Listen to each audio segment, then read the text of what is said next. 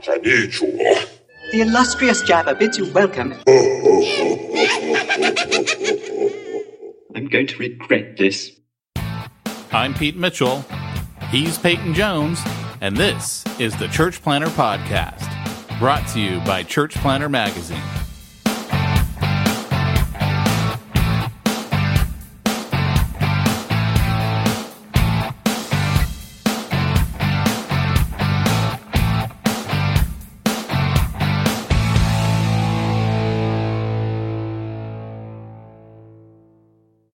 I would say you should kick us off, but according to our... Welcome to the sponsorless podcast. well, we still have a sponsor. It's just he's on the backside. He's on the back nine. Where he belongs. Let's just be real. We've refused to give him the top billing sponsor. We're like, no, look, you got to stick around. If anyone sticks around that far in the podcast, there's something wrong with you. We don't trust you anymore. They'll get your commercial then. But if they don't stick around, we're not plugging you any sooner than that. We're not actually recording right now, are we? Oh, yeah, totally we are. Oh, man. What, are you afraid you're going to lose him? Oh, my gosh, I'm so bad. You know, I was just thinking about this morning. I love toast. And I kind of want to know. Smack Talk's hit an all-time low now. Okay, what continue. Absolute genius took a bite of bread and was like, cook it again. I mean, that's unreal. Yeah, especially when you know that. I think it was stale bread. I mean, I've lived in Europe, and bread and cheese is incredible. And bread, cheese, and beer. Like, the Germans got it right. Like, that whole Oktoberfest thing, they just break out all their best stuff. They're like, hey, let's just make a holiday around this. But the reality is that fresh bread, man, you cannot improve on it. In Europe, you actually have to be careful eating fresh bread that day. Too early in the day. Like, you have to eat the bread that was baked the day before. You have to wait till the afternoon. Is it because the yeast is still active in the bread and you'll get a total stomach ache? That's how fresh your bread is when you go there. I honestly can't relate to that. So you don't improve. Like, you actually kind of ruin your bread if you make toast out of it there. There are so many jokes that my mind is racing to right now that have to do with yeast and it still being an active ingredient. And I can't say a single one of them on this podcast. They sound gross. El grosso. I'm just saying, you know. Mi dragón is el grosso. Which actually means big. I think that was bad. Oh, wait a second. That sounds even worse. Let's move on. Welcome to the Church Planter Podcast. If this is your first time listening to the show, oopsie. Yeah, hey, welcome. We will talk church planting. This is a little thing we call smack talk because we talk smack. And we getting our smack on right now. I mean, it's really getting our smack on right now. Yeah, smack that smack talk. Smack it. Smack it. That face you just made was hilarious. It was like a little mouse. You're like, oh. So what's been going on in the world of Pete Mitchell? That sounds like a children's afternoon special. The world of Pete Mitchell. You know, there's like bunnies in it. It's funny you should ask because I was thinking about this morning and I was like, well, I can't really talk about this on the podcast because Peyton always gets upset when I talk about it. But the only thing I'm going to say is I have got a huge bruise right here on my shoulder. I saw that. You had Grandpa's gun. I had on Grandpa's you can talk about that's Winchester Special, and I knew it was going to hurt. So yesterday it was a huge welt. It was red, and today it's all brown and yellow, and I'm like, man. Hey, guys, I got to say, this is as sentimental as Pete Mitchell gets. I took Grandpa's gun to the range yesterday. I'm not going to say it hurt emotionally, but I will say I have a bruise on my chest. Oh my gosh, dude. It was like, you know, here's the thing. My grandpa always wanted me to have his guns because he was a cowboy. I mean, literal cowboy. That's what he was. Rad, dude. I didn't know that. Was he ginger? No, that wasn't from that side of the family. All right. And so I've had them, but I've actually never fired it. It's actually really hard to find ammo for that particular gun. And thanks to California's new laws, I can't buy it online and have it shipped to me. I got to buy it online and have it shipped to a dealer. And then they want to charge their fees. And it just ends up making it so expensive that it's not worth it. So last weekend, I was like, hey, gun show's in town. Woo, woo. And I'm like, that's it. I'm going to the gun show. And I knew someone there would have the ammo because a lot of like older generations, shall we say, they go to the gun show. And so people stock up on everything. Like they bring the old ammo, all that stuff. And so I was able to get some rounds for it. And then I get back home and I'm looking at the ammo and it's bear and deer ammo. So this thing is like loaded. I mean, it's no wonder my shoulder's all black and blue. That's funny. Yeah. Hey, 22 years of marriage this week. What? Yeah, I haven't known baby. you that long. Dude, 20. It's only been 6 years for you and I. Oh, okay. All right. Our marriage. But actually, we met 8 years ago. I met you when I was writing Church Zero. Cha-ching. See what I did? And wasn't that a mistake? Yeah, so 22 years, the wife and I left the kids with fun Uncle Lee and hopped over for a couple days to Catalina. And everybody's been asking me, I've never really truly seen that movie Step Brothers. Oh, really? Yeah, like I saw the TV version where it was all cleaned up. So everybody's always asking me like, so everybody's been asking me, did you go to the Catalina wine mixer? And I didn't know what they're talking about. But there is, I think I did discover it. The hotel we stay at there, it has like a wine mixer every day from 4:30 to 5:30. And I think that's the Catalina wine mixer because it's right there on the front, kind of by the pier.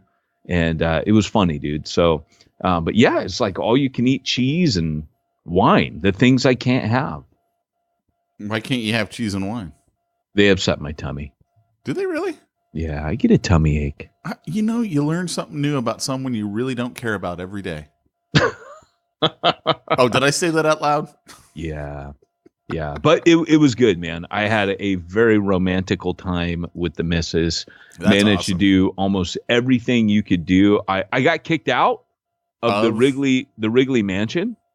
What's a Wrigley Mansion? Is that like Wrigley's spearmint gum people? Yeah, dude. Yeah, that guy bought the island years ago. Oh, no kidding. I didn't know that. Yeah. So like, no kidding, in your hotel, they leave packs of gum on your pillow every night. That's kind of funny. Yeah. But I got kicked out. I tried to sneak into the I actually called them up and said, hey, I don't have a reservation for the lunch up at the Wrigley Mansion up on the hill, but could I come in? Anyways, we rode our bikes up, dude, and it's like a trek. Riding your bike up that mountain, it ain't easy. I got to the top and French guy came out and tried to act all fancy. I said, hey, dude, I lived in Europe. You don't have to act like that. I'm not impressed by you. And did you say that? I did. I did. I was like, Andrew was like, that why'd to you them? fight with that dude? And I said, because he was kind of being a jerk. I was being cool. I was like, come on. He's like, no, I cannot let you in. And I said, yeah, you can. I just called up and they said I could come in for 5 minutes. I have to pay $5. He's like, no, we cannot let everyone in. If we do that, it would be, he was basically talking to us like we were riffraff. And that pushes my buttons. Snobbery pushes my buttons. I mean, but to be fair, you are kind of riffraff. Well, I mean, look at me, right? I mean, he had a point. Henry goes, "What?" I go, "I could tell from the moment we met him, I wasn't getting in. It was him. It was a him issue. He had the power. The people at the front desk were cool. They said, yeah, but he was cool. And I just kept kind of punking him like, yeah, you can let me in if you want. Let's be honest, you could. And he's like, well, who told you at the front desk? And so, anyways, I wanted to say something very inappropriate. Which you should have said Martha. Martha told me I could. Who's Martha? Martha. Just like made a whole big deal out about someone you just made up. I totally wanted to make an inappropriate comment, and Andrew's like, "No, I'm so glad you didn't." I wanted to make a World War II comment, but it would have been like when Paul, bursted out with the, God will strike you, you whitewashed tomb. And you wanted to make a comment like what I make on the podcast all the time. I did, and I restrained myself, even though it would have made for a great podcast story. It was like the time when I was in Bahamas, and Andrew said, I thought we were getting close to that like Bahamas thing, where like Andrea was accused of knocking a curio over in a shop. The doors are open. The wind blew this curio over, and the lady accused Andrea. Oh yeah, and we said, "Hey, we didn't story. break that."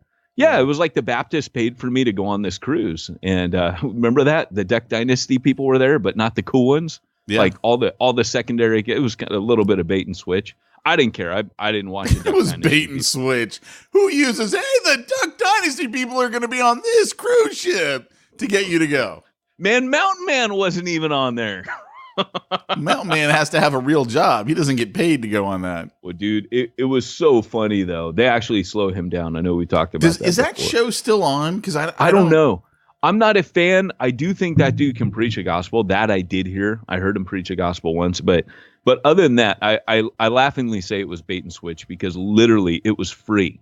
I didn't have to pay anything to go on this thing. So, anyways, but for those of you who don't know the story, they were calling the police, and she goes, "I've called the police."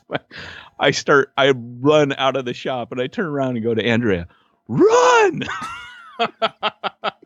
It was a little bit of my old days, you know, and Andrea's standing there like she was raised in a Christian home. She's thinking, "I don't know what you're doing right now," and I fully take off to run, and she thought that was, yeah, that's awesome, man. She thought. You know, because I was like, "Oh, we could lose it." He was big too. He was coming. He was this big dude. I'm like, "I can outrun him," and the guy thought it was funny. Like the security guard, you know, he just realized you're a knucklehead. You just tried to run from me. That's awesome. So it was funny. I wasn't scared at all. I was like, whatever. So she thought we were gonna have a second incident on the Catalina Island. That's awesome. I've been to Catalina a couple of times. Unfortunately, they were employee appreciation days. Really? For a company I worked for. That's a nice way to appreciate. You know, for our listeners, we want to offer you listener appreciation. We're going to give you a free all expense paid trip to Catalina Island just for being listeners. All you need to do is go over to my Patreon page and sign up. All you need to do is pay a small little shipping and handling fee of... Wait, let me figure out how much it's going to cost us to send you to Catalina plus our appropriate tip. And that's the shipping and handling fee. That's right. Hey, so I do have a Patreon page. It's patreon.com/Club Ninja. If you've been reading my books, listening to the podcast, Pete doesn't get anything for this. But if you've been doing anything regarding reading my blogs, yada, yada, yada, you're blessed by it, you're enjoying it, head on over to patreon.com/Club Ninja. And you will get some special exclusives just for supporting me and my creative ventures going forward. Awesome, man. Hey, and for the first tier level, Pete, this involves you. For the first tier level, I will give you a Starbucks gift card as a thank you for being the first one. It just launched, the first one to sign up at each tier level. Is it like a tier? My first tier level? No, it's like if you sign up for 25, like at the $50 level, you're in my writing group. So you get to be a part. Is that like a monthly? Yeah, monthly. Yeah. Nice. Yeah. So, you know, you join my monthly Inklings group. You get to see all my stuff. I'll read your stuff. New Breed. Oh, so okay. So New Breed is the church planting network. You join that, you get my training, right? Every training that I produce, it's all in there. But you also get, you get all the coaching, whatever. But these levels are specifically unique to various creative ventures. So like I said, there's a writing tier. I'll send you a video once a month. All these different tiers have different levels and they're exclusive to people that support me in the creative ventures. So I'll send you something. There's even coaching at a high enough level. You just get coaching from me every month. What? So that's patreon.com/Club Ninja. And if you do want to join my network, that's newbreednetwork.org.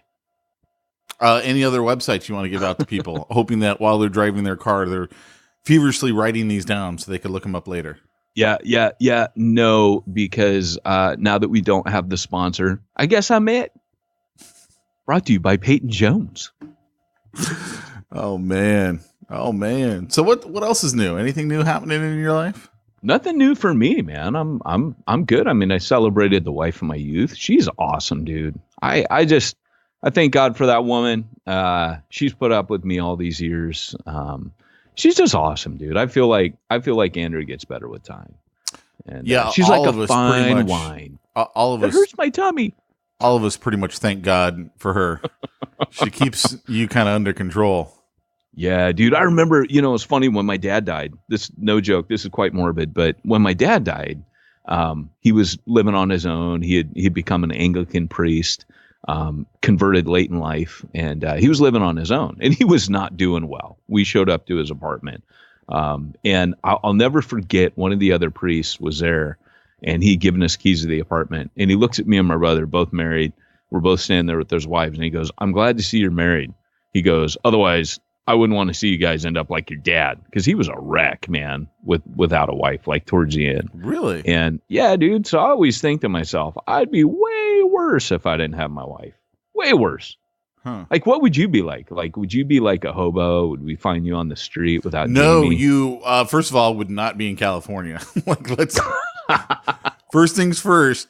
You would not see me in this state anywhere. I would probably be Texas. You'd be in Texas. No, I don't know that that's I'd be hot. Well, I don't mind Oregon? the heat when you have the freedoms that you don't enjoy in California. Oregon. I'm guessing. Okay. No, Pin the tail on the state. Oregon is mini me to California, so I'm not a big Oregon fan. Though I think Oregon is absolutely beautiful. Like when I went to go visit my buddy up there in Club Fed, I was like, wow, this place is gorgeous. Like Club Fed. Club Fed, baby. Little white collar Club Fed. Washington. Now that's getting colder for you. See, Washington weather-wise is where I belong. Yeah. Washington political-wise, no, not good. Not good for me at all. I gotcha. Because of taxes, I probably need to look to a state that has no state tax because I get killed in state taxes. Like, even though I got that huge rebate that we talked about, or refund that we talked about on last week's podcast, that was from the feds. I still got to pay thousands upon thousands to the state of California. Oh man! So I get no break. So you're going to pay them to take your freedom away? That's awesome. I know. Here, right? let me fund that. Right? We were talking about this in the detailer inner circle that I do with Jimbo Balaam. And we were talking about some ticket I got, and I'm like, and Jimbo makes some comment because he knows how I am. He makes some comment. I'm like, yeah, I know. Like, both the judge and the cop both get paid from my tax dollars, and now they're trying to see how much more of my money they can get by this trumped up charge. They just, I was speeding. Oh, dude, it was. Man. I went off. It was so funny. That's funny. Did you get a speeding ticket? Not recently. No. Oh, okay. No, I haven't had one in years, like 6 or 7 years. I don't go anywhere. That's the reason why. I literally don't go anywhere. Do you remember that time? It was after you and I met. I was coming out of the high desert in Oregon. I might have been in California. I think I was in California where it drops out of high desert. I was coming down the I-5 south, and I was doing 95 on the interstate coming out, and like on a desert, like nobody else out there. And I passed a state trooper. I passed him so fast I couldn't see till right as I passed him. He was a state trooper. You did not. I swear to you, he did a handbrake turn, dude.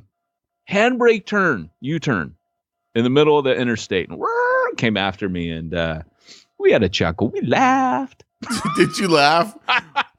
Were you like totally cool? He didn't think it was humorous. He was like, "Yeah, it was Memorial Day." He's like, "Yeah, you picked a bad day to be speeding." And I had just been coming down like a massive decline, dropping out of high desert. And I was like, yeah, I might have taken my eyes off of it because it's gorgeous at that part. I might have taken my eyes off. Me, I'm like looking at it going, woo! Pedal to the metal, baby. Dude, every once in a while, I switch my digital display from miles per hour to kilometers per hour just so I can really see the numbers up high. I did just move back from Europe. I was thinking kilometers, which makes it worse. But anyways. Yeah.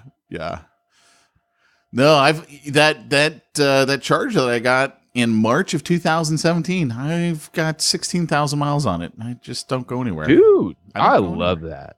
I love that, man. I bought my truck with 12,000 miles on it.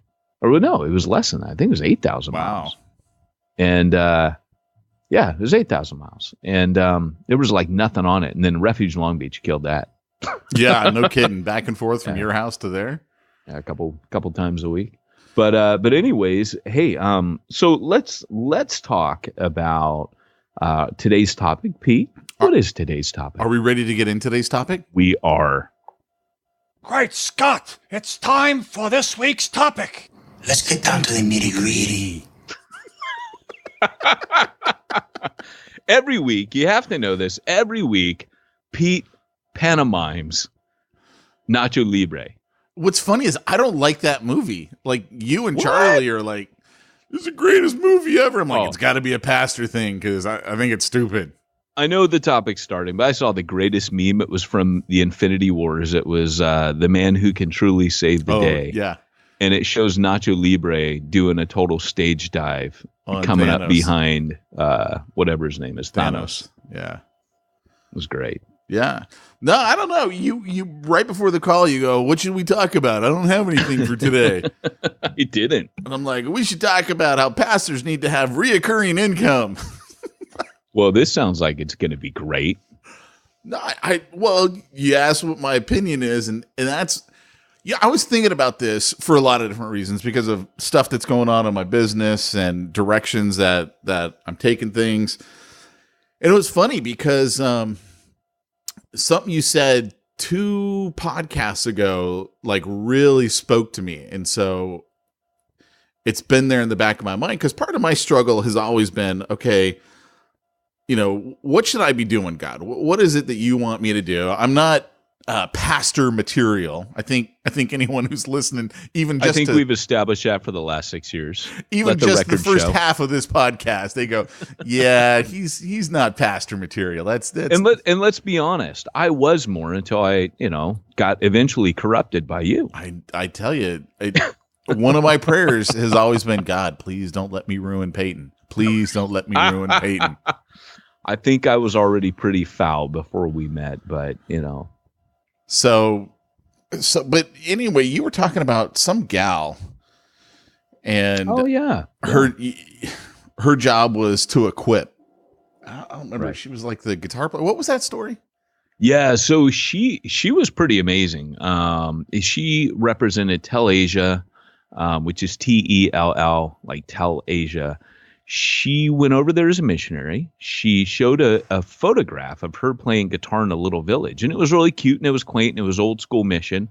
And she goes, you could see that's not really going to go very far, right? Like white girl playing guitar in an Indian village.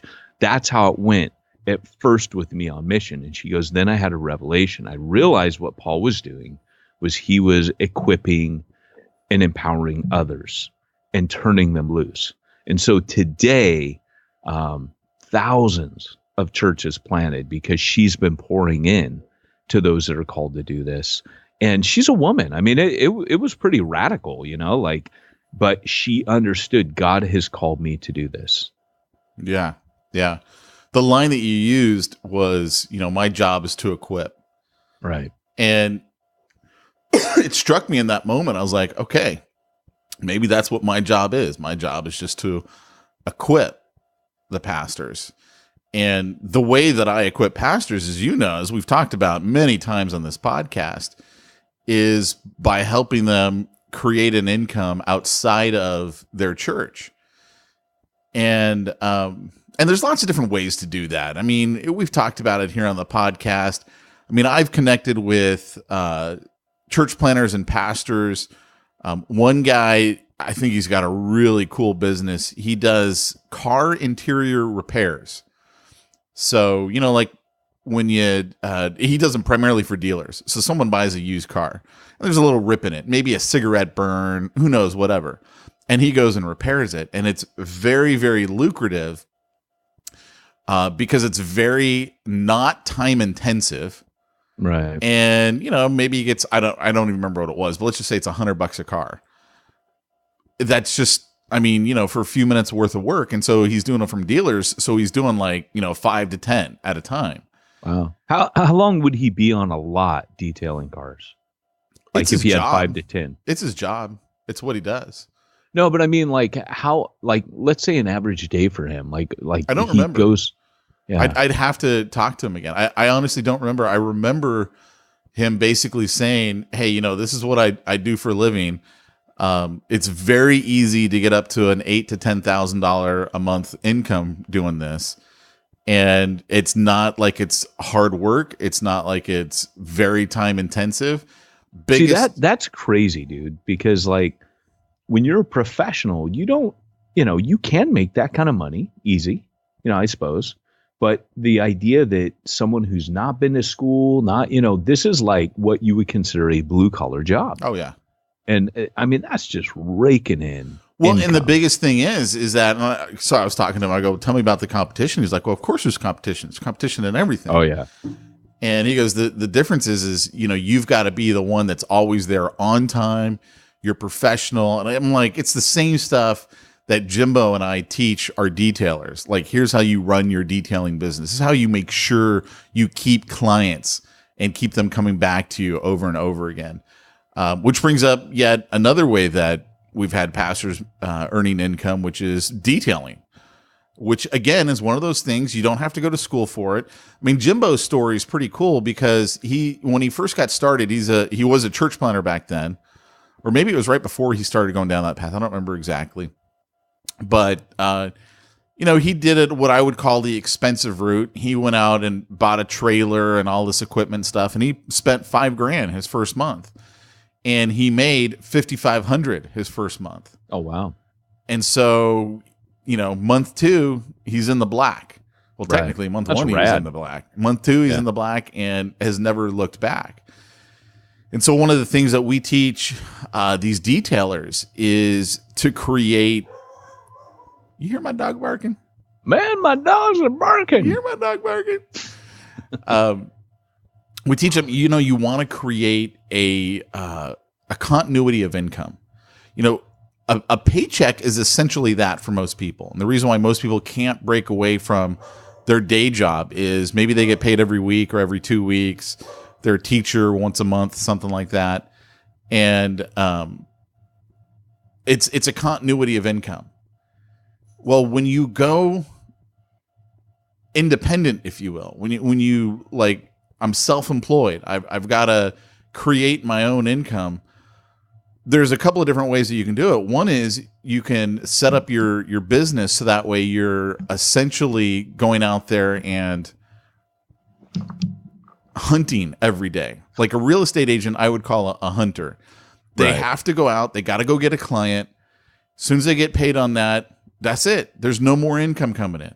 Right. So they got to go out and go get another client. And there's this perpetual, I got to go get a client. Right. It's a one-time hit for these guys. And then they're like, refer me to your friends if they're selling a house. Well, how often are your friends selling their house? Right.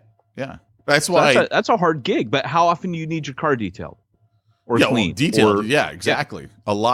A lot more often. And the guy who does the interior repairs. Real quick. Sorry, guys. If you're not understanding the context for that you're listening, you're like, what? This isn't a business. Okay. Bivocationalism. The context of this conversation is Pete and I have helped over the years, and more Pete from the business side of things, countless church planners. I mean, how many would you say? Is it just hundreds of church planners, thousands? Like, how many of you, as you interact with most of them? A lot, I have no right? idea. I mean, just a ton of church planners over the past 6 years. At a certain point, Pete was like, look, I'm tired of seeing these guys poor.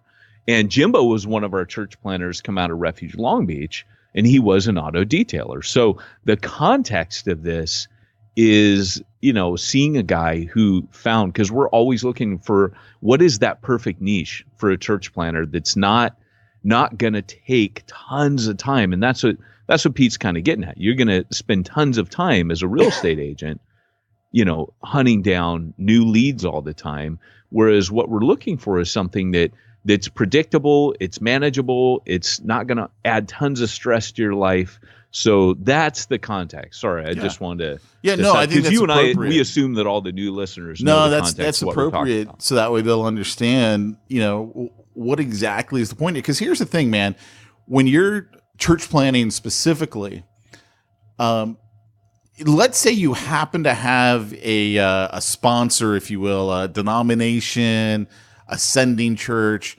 and they're still providing you financial support. They're usually not providing enough to cover all of your bills. Right. You know, if you're lucky enough to get any support, it's not going to be nearly enough. And I think too, one of the problems that we're seeing rear its ugly head in the church is we've turned the church into this is how I make my income. I'm a pastor. So what happens when life blows up and then all of a sudden, you know, the church blows up? What do? I mean, you're totally out.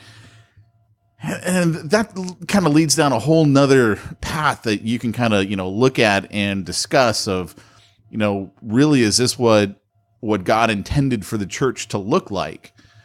And I think we're seeing so many churches blow up because this model is not the right model. And I think it's fair, you know, like Paul said, like we've said on the podcast, I think it's fair, totally fair, that our pastors are paid by the church. I don't have a problem with that at all. But we've turned it into, no, this is the gig, right? And you know, I can't go over here to this area because there's no church over there that's willing to hire me. Right. So, you know, I'm putting my resume out on the sites and, you know, God's going to send me to the place that's got the right paycheck for me. And I know that's not what most guys are doing, but I'm just pointing that out. So there's a ton of freedom that happens when it's like, okay, my income does not come from the church. Like I remember hearing Rick Warren say that after his, you know, book took off and he ended up paying back all 24 years or whatever it was of salary that the church paid him. He's like, man, I'm not involved in any of the church politics because I don't get a paycheck from them. I don't even care. You know, it's like there's a freedom that comes from that. But like, but that's another great example of what I would call that residual income. So in the church, what we see a lot of is, well, I got to become an author and then I can have residual income. And that is a great platform for residual income. Not so much when, you know, you're a small author or, you know, you go through a traditional publisher. You know, you got to become like a Francis Chan where, you know, hey, every quarter I got this quarterly royalty check coming in. Right. You know, it kind of doesn't matter because I can live off of that. Which doesn't really happen unless you hit the bestseller or your book does particularly good. Yeah. I mean, but it is that idea, the concept of doing work one time and getting paid for it for a long time. Yeah. Or even, and I'm gonna go here just to say I like the model, though I don't like the industries, and that would be the network marketing or multi-level companies. The model is brilliant, right? You know, it's not reliant on you being the only one going out there and hunting for business. You know, supposedly you got this whole downline and there's always going to be someone out there working and someone's, you know, doing something and you're getting a little piece of it. And that's the way basically companies are run. They just don't call them multi-level and they usually don't let you on the bottom hire anyone. But, you know, the CEO is making his income because there's other people out there selling. And so my point in all of this and just kind of bringing this whole thing up is I think one of the things that could benefit a lot of church planners, a lot of pastors, a lot of people in ministry, missionaries, is to have that mindset of I have to have another way, to create the income that my family needs. And I need to do it in such a manner that it, one, doesn't eat up all of my time, and two, has some sort of residual side to it. Meaning, one of the reasons why in the Bivo Inner Circle that you and I kicked off a couple of years ago, you know, I had a Facebook training in it. Because when you go out there and you help businesses get clients on Facebook, you set them up as reoccurring clients. You know, maybe you're charging $500 a month, $1,000 a month, whatever it is, to do what you do on Facebook, to basically do all the advertising. Well, if you have them sign a 6-month or a year-long agreement and you're charging them $1,000 a month, great. Go out there and get, 5 to 10 of those. So you got 10 of them paying you $1,000 a month. You know you got that money coming in every month. And it doesn't eat up all of your time. I mean, doing Facebook, basically, once you've got the campaign set up, you're just monitoring it and making minor adjustments. So we're talking, a couple of hours a week to do that. And you're delivering tremendous value to the business because they don't know how to do that stuff. And they need someone to do it. They need to outsource it. And, but interestingly enough, the biggest problem that our pastors had in implementing any of that stuff is what I would refer to as the inner game. It's really hard for them, one, to get their mind around the whole idea of I'm an entrepreneur now or a business owner or whatever, because they're so used to the employee mindset of trading hours for dollars. And instead, when you go over to like what I do a lot of, which is the consulting side, Facebook ad consultant, business growth consultant, now you're trading knowledge for dollars. And there's a huge difference between hours for dollars and knowledge for dollars. And I mean, I don't really work that much personally. I don't do a lot. And that's not like making stuff up. I don't do a lot. And yet I've got, a mid 6-figure income. And it's not a bad place to be at. I mean, it's from a positioning standpoint. I don't know, Pete. I don't know if many of our listeners would be interested in that sort of thing. Well, and I'm not. Money's a devil, Bobby Boucher. But the reality is there's this transformation that has to take place in your own mind, because the biggest problem that most of these guys have is they don't see themselves as being able to do that. They're thinking back, hey, last week I was working at In-N-Out. I was making $12 an hour, and now all of a sudden I'm telling this guy, hey, it's $1,000 a month, and I can do this for you. And so there's this huge like mental thing that you got to push through in order to make that. And then once they do, like the success of it, they start to go, oh man, I can do this. It is valuable to my clients. They're loving what I'm doing for them. I'm going to go get another client, and then another client, and then another. But it's like that first few ones that they got to do. That's on the consulting side. I think on the detailing side, it can be a lot easier.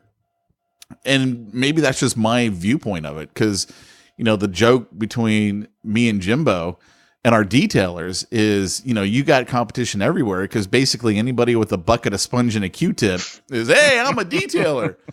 But what's amazing to me is even in the detailing world, we got guys who join our inner circle and they're like, yeah, man, I've basically just been doing my own car and my friends' cars, and I'm really afraid to charge $100. And I'm like, man, dude, this problem is everywhere. Like, right. Everyone's got to kind of, jump through this to get their mind around the concept.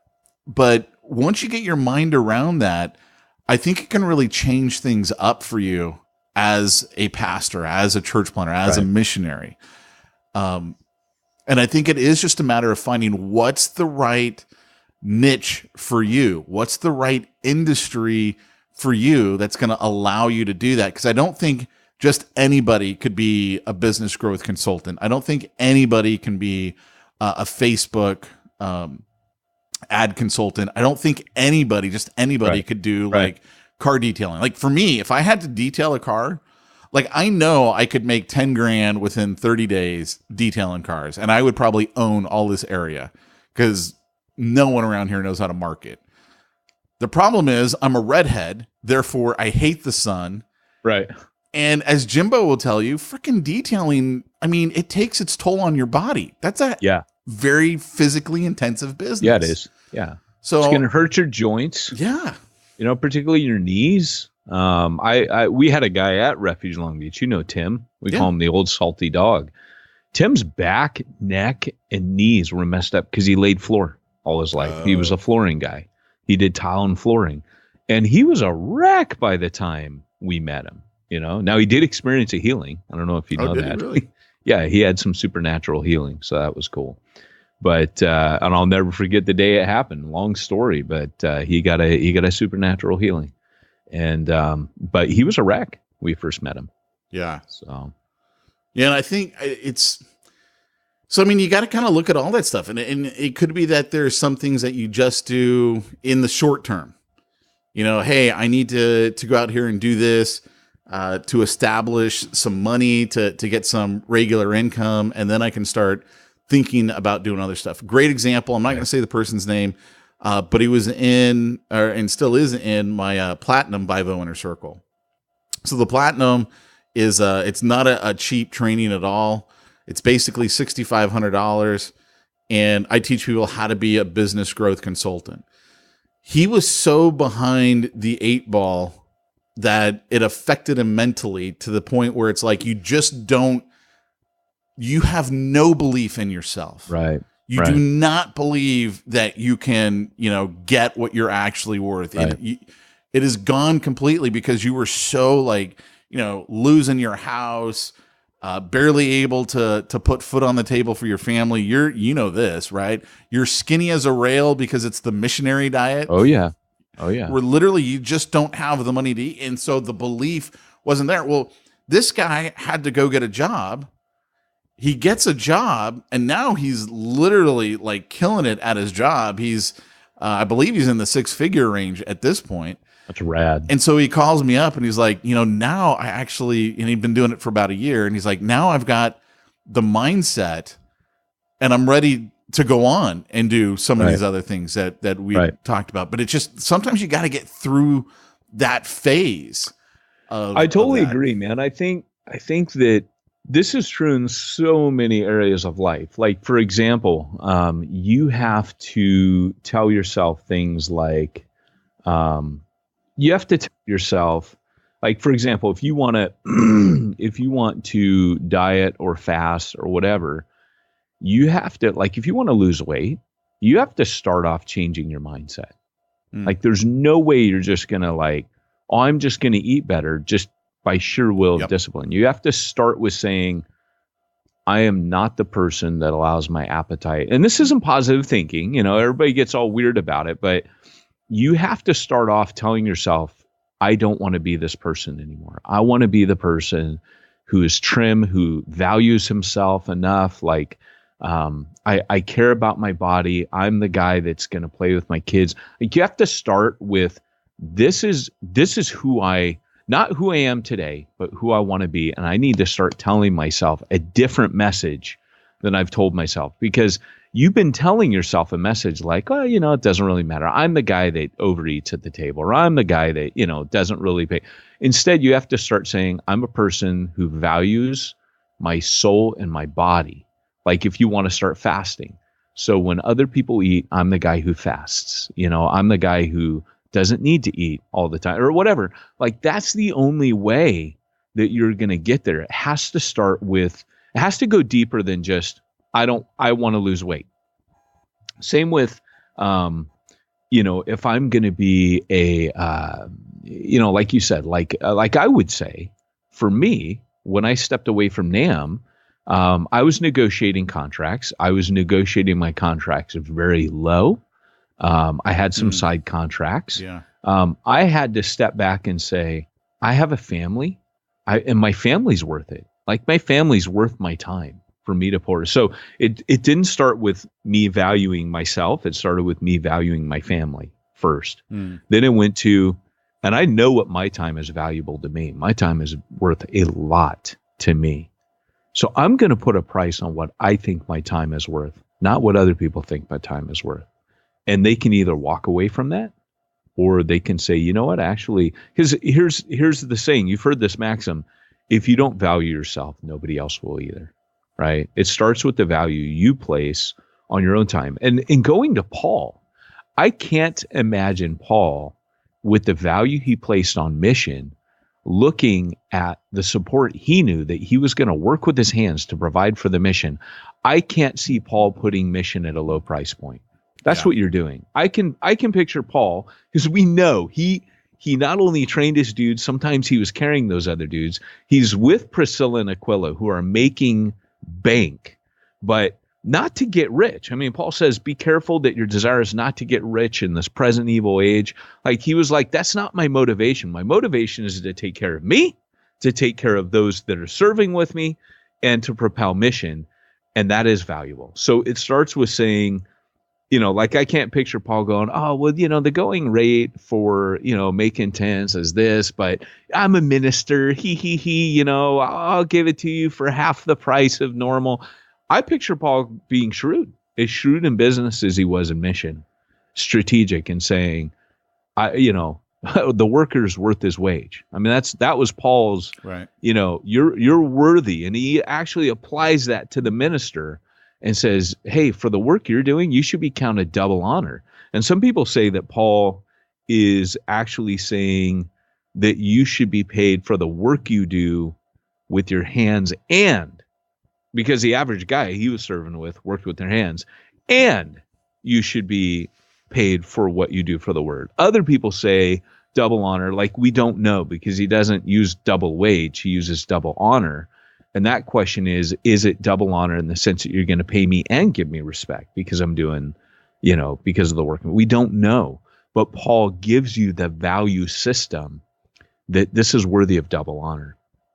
And so I think Paul knew how to, that guy, he would wear us all out. He worked his tail off. Right.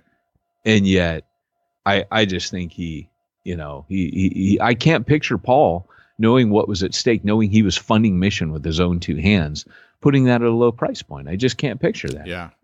And I've been guilty of that over the years. I mean, you and I had all those I think everybody does because, well, I shouldn't say everybody. I would say a lot of the people in our social and economic position in life do that. And part of that is because I'll give you a great example. In my family growing up, my mom was kind of an entrepreneur. She sold Avon. She sold Avon my whole life. And that's what allowed me to go to private school because my dad was a pastor and, many times the church couldn't afford to pay him. It was not like a pastor of a big church. It was 50 to 150 on like a huge week type of church. And we were always looking for the deal. Like, what's the deal? What, my parents to this day, my wife and I joke about this, like their favorite store is Costco, right? That's where they shop. If they get us something for Christmas that we don't like, hey, we can go return it to Costco. Because I bet you anything that's where they bought it from. And, because they're always looking for, I gotta, get the deal. I gotta save the money, whatever. And so then that translates into when we're doing service for people, oh, well, I should be offering them a deal. And we do totally devalue our time. And that's the way I was when I first started. One of my first businesses, I created a website where actors could put their headshots and resumes. And it would be, this is back when the internet was first getting started. And this was, going to be a resource for filmmakers to be able to, go find their next actor. And I was like, okay, what do I charge for this? And, how much time is it going to take me to scan something in? And, I got to like make this cheap. And so, I did, I made everything cheap and it ultimately didn't work because I wasn't charging enough. Right. Like you got to charge enough to be able to actually live. Right. One of our guys, David, I remember when he was first getting started in the Platinum program, and he was a painter, and he was like, "Yeah, this guy wants to pay me, I don't know, like $12 an hour to be a painter." He's like, "I know what my worth is. My worth is more than that." And it took him, basically in going through the Platinum stuff, where he's like, "No, this is if you're gonna pay me to be a painter, this is what you're gonna pay me." Right. And ultimately the guy wasn't going to pay it. It kind of didn't matter. It forced David to go, I have to find another way to earn income. This is going to kill me painting. Right. It's very labor intensive work. Yeah, it is. And he finally did. In fact, I got a great Voxer from him this week. I'll play it at the end of our time here that people got to hear. Yeah. But yeah, so I guess the reason why I just wanted to bring that up is I want pastors to start thinking differently about income. Right. It's not just about, I got to get the job at the church, because then, man, you become a slave to that church, right? You start playing the politics and, maybe you can't speak out against something because you're afraid you're going to get cut. And, what are you going to do? You got 2 kids and a wife and, You know, I need that income, and well, let's be honest too. The average church job is not actually ministry. I mean, the average church job is running an office, or it's not even like teaching. I mean, you teach maybe once a week. You run a group. Like you could do that you could do that. I say this, I could do that for free. I could have my full-time job and I could run a Bible study. I could lead the college and career. I could lead the college group. What do you do the rest of the week? Well, I meet with people. I disciple them. I wonder if you even do that once a day. What else are you doing? Well, I'm studying. Okay, yeah, you got to study. That's great. You could probably knock that out one night, or over your, So my point is, or get up early in the morning. I mean, Charlie was team teaching with me, planning Refuge Long Beach and running a freaking engineering plant. I mean, you can do it. It's not hard. But my point is, most of ministry, like this is why I resonate with what you're saying, Pete, because most of what guys do when they come on staff at a church is they become admins. Yeah. And they become clerks and office workers. That's not really ministry. Whereas if you're bivocational and you're working the hours that you set and you're doing business as mission, you're interacting with lost people nonstop. You're able to share your faith with people. It's a different animal. I think, at Exponential, we talked about this. There was a business guy that was there. And he actually wrote a book called Out of the Seats and Into the Streets. And he basically was a business guy. And he was like, hey, I was a Calvary Chapel pastor. And I went to a Calvary Chapel conference and someone crushed me and said, you're either in or out, man. You're not all in. You're not committed enough. That's why your church isn't growing. And he went home discouraged and he quit ministry. He became a businessman. But here's the deal. This is what he said. He said, the call of God was still on my life. I mean, it was kind of I thought at the time, like I was crushed and destroyed. He goes, it was actually the best thing that ever happened to me because I went into ministry or business, killed it, and expanded my business and just kept doing ministry anyways and leading people to faith and discipling. And he goes, now I fund all this mission, but I'm also on mission. Yeah. So he does particularly things in the inner city. And I mean, it was rad listening to him because it was just his paradigm shifted. Yeah. Well, I mean, and I also think about some of our church planters like Paul Percy, right? Planting in Stanton, which is think of one of the worst communities. That's Stanton. Like, I don't even know how to say it other than that. Stanton's the place you drive through quickly, the windows up and the door's locked, right? Right. And that's where he's church planting. And I remember hearing that he had moved jobs and he was working at a Smart and Final grocery store. Yeah. And I'm like, dude, when did you quit working? I think he was working at a Christian school before that. And he's like, yeah, but I wasn't reaching anyone in Stanton. And so I took a job. Now he's well known, and he's known as Produce Paul in the Smart and Final in Stanton. He's becoming a fixture. People are like, they like give him presents and stuff. Like everybody loves him because here he's this pastor. He has people ask him to pray for him, like in Produce, people that aren't Christians, aren't following Jesus. And he's like, man, I love this. I can't believe. And I hear this story all the time. There's another pastor. He was the pastor at EV Free of Huntington Beach, one of my supporting churches. He's now working at Target in Huntington Beach. He's leading all these young people on stage because, Target consistently hires young people. He goes, I'm leading all these young people to faith. And I used to scratch my head at the church wondering, how do I reach young people? Right. He's like, I go work alongside them. I lead them to Jesus. He's like, why didn't nobody tell me about this years ago? Yeah. And so it doesn't even have to be that you're self-employed. Right, because those guys aren't self-employed, working at Target, working at Smart and Final, Produce Paul. I love that, right? I mean, but it's that willingness to go, okay, I got to find something different. I got to find a way to feed my family, but I want to reach the community. Right. And it's going to be different for everybody. Not everyone can do what I do. Not everyone can, I couldn't do Produce Paul because I hate pretty much every vegetable there is. And people, let's be honest. Yeah, I'd be like, squash? Why do you want to buy squash? No one ever said eat your yellows. No one, never. That's right. Why are you eating squash, you freak?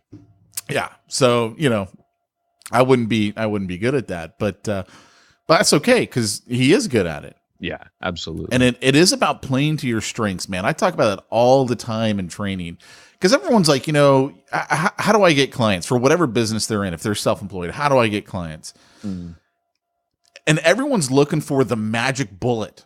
What's the one thing? If I did this, I get the world of clients. Everyone wants the magic bullet.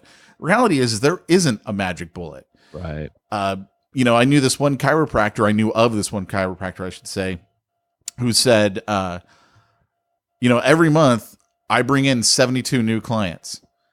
And after about, 6 months to a year, he'd turn around and he'd sell that practice and he'd go to another area and start another chiropractic practice. And that's just what he did because he could make more money selling the practice than actually doing the work.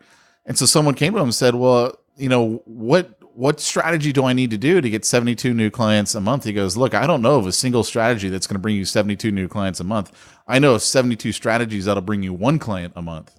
And that's the reality is you got to do a lot of little things in order to get what you're trying to get to. So I tell people, I go, you got to play to your strengths.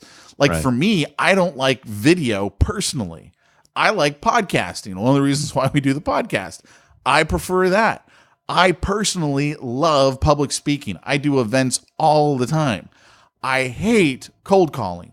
I won't do those. So if I was at a business where everyone said the only way to make it is you got a cold call, I'd be like, forget it. What time do I start work at the drive-thru at McDonald's? Because I'm not going to do it. Like that's just not how I'm wired. So you got to play to your strengths. What are your strengths? And play to those. That's a really good word, brother. That's a really good word.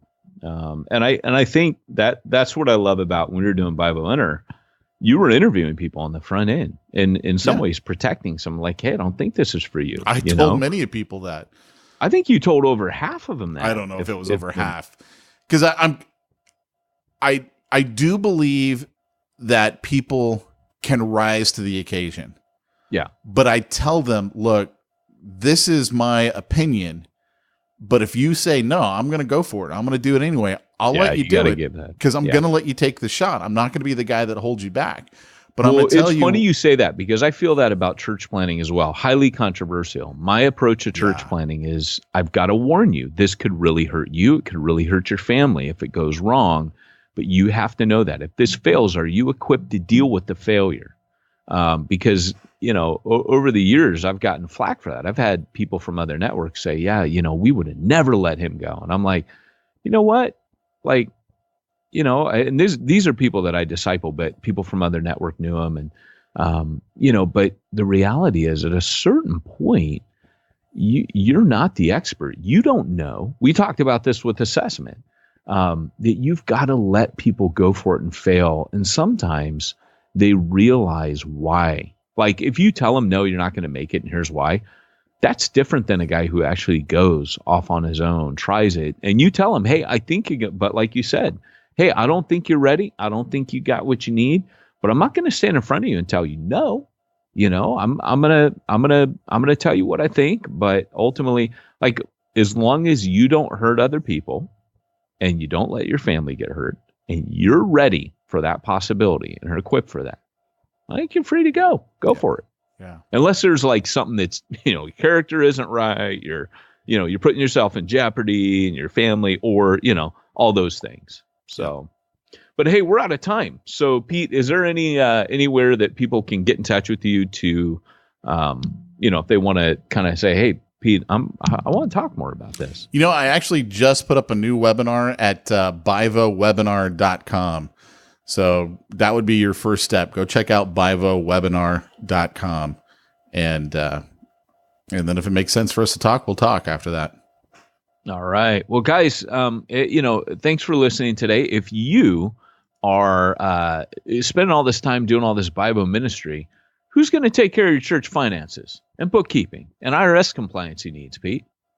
Well, because you're not going to have time running your own business, taking care of the church, you're going to need to go a little company called simplifychurch.com. SimplifyChurch.com. By the way, I love the mood lighting that you put on it. It's kind of like there's kind of like Let me do candle. it like Barry White. Yo, right on.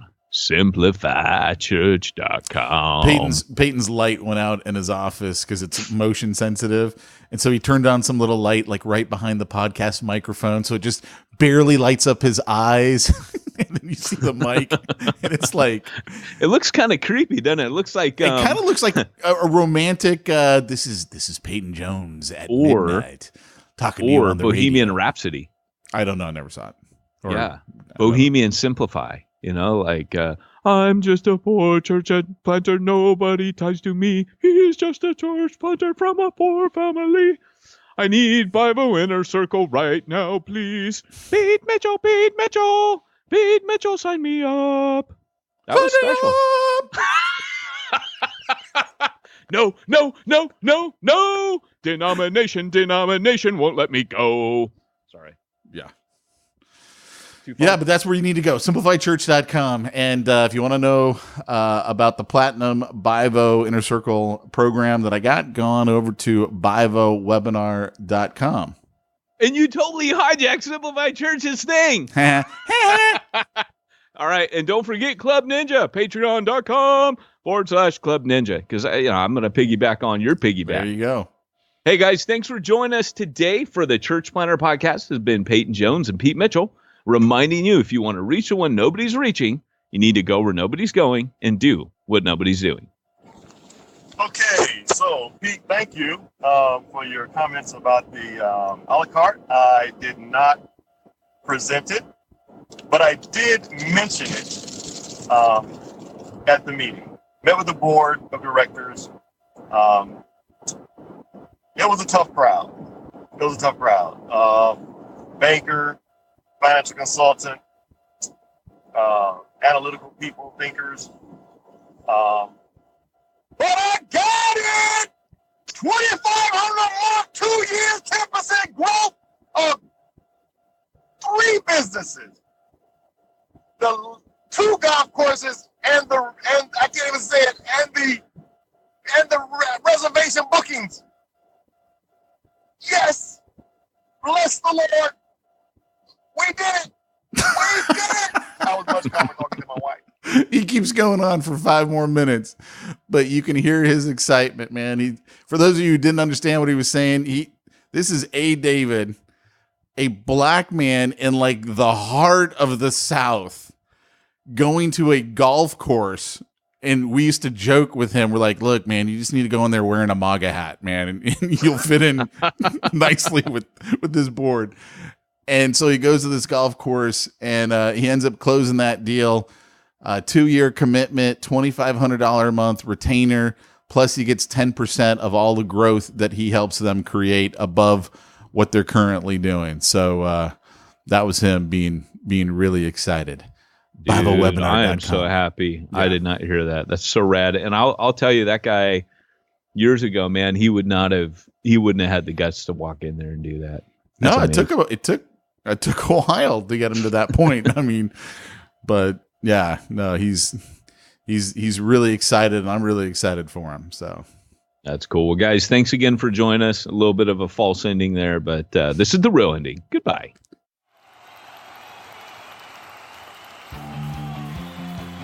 Thanks for joining us for another weekly episode of the Church Planter Podcast with Pete Mitchell and Peyton Jones. We'd love to hear your comments on this episode of the Church Planter Podcast. Visit us online and let us know what you thought at churchplanterpodcast.com. If you subscribe to us via iTunes and have enjoyed the podcast, leave us a positive review. The more positive reviews we receive in iTunes, the more iTunes will promote us to other church planners who would benefit from this show. This podcast is brought to you by the Church Planter Magazine, which is available in the iTunes newsstand or online via churchplantermagazine.com.